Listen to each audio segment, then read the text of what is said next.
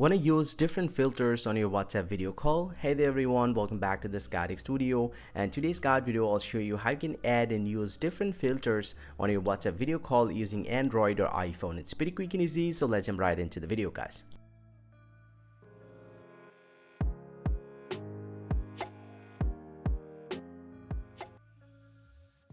Well, so now to do this process, before you do anything, make sure your WhatsApp application is up to date. Open up the App Store or Play Store from your device, and then simply go ahead and search for WhatsApp here and tap on WhatsApp. And if you found any pending update, go ahead and update your WhatsApp application to the latest version, and then get back from here and open up the WhatsApp from here.